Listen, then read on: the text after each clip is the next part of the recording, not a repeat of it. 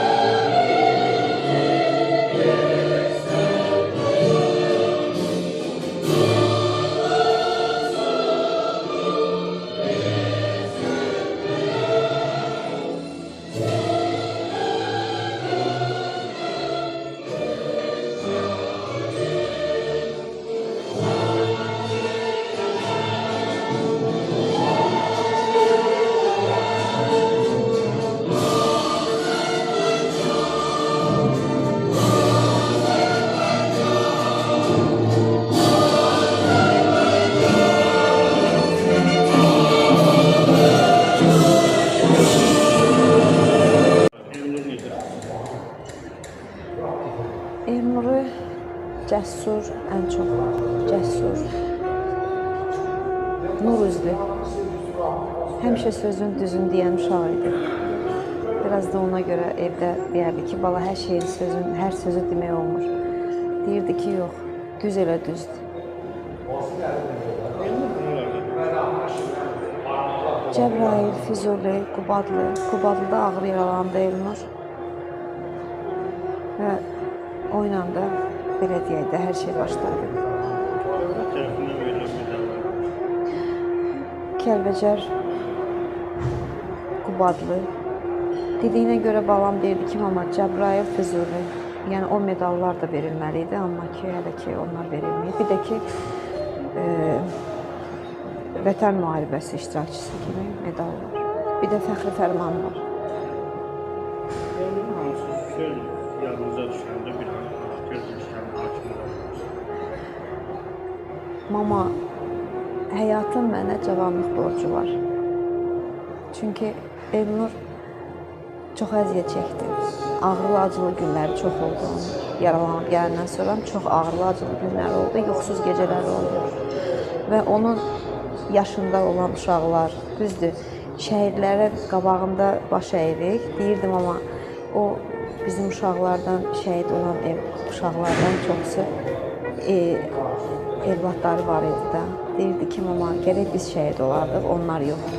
Çünki onları evdə gözləyən ailəsi və uşaqları var idi.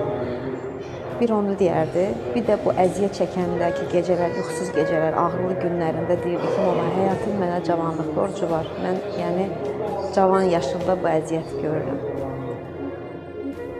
Amma bir ana kimi, bir şəhid anası kimi mən qürur duyuram ki, mənim Elnur kimi, nəsə Elnur kimi evladım olub və fəxr edirəm oyuna.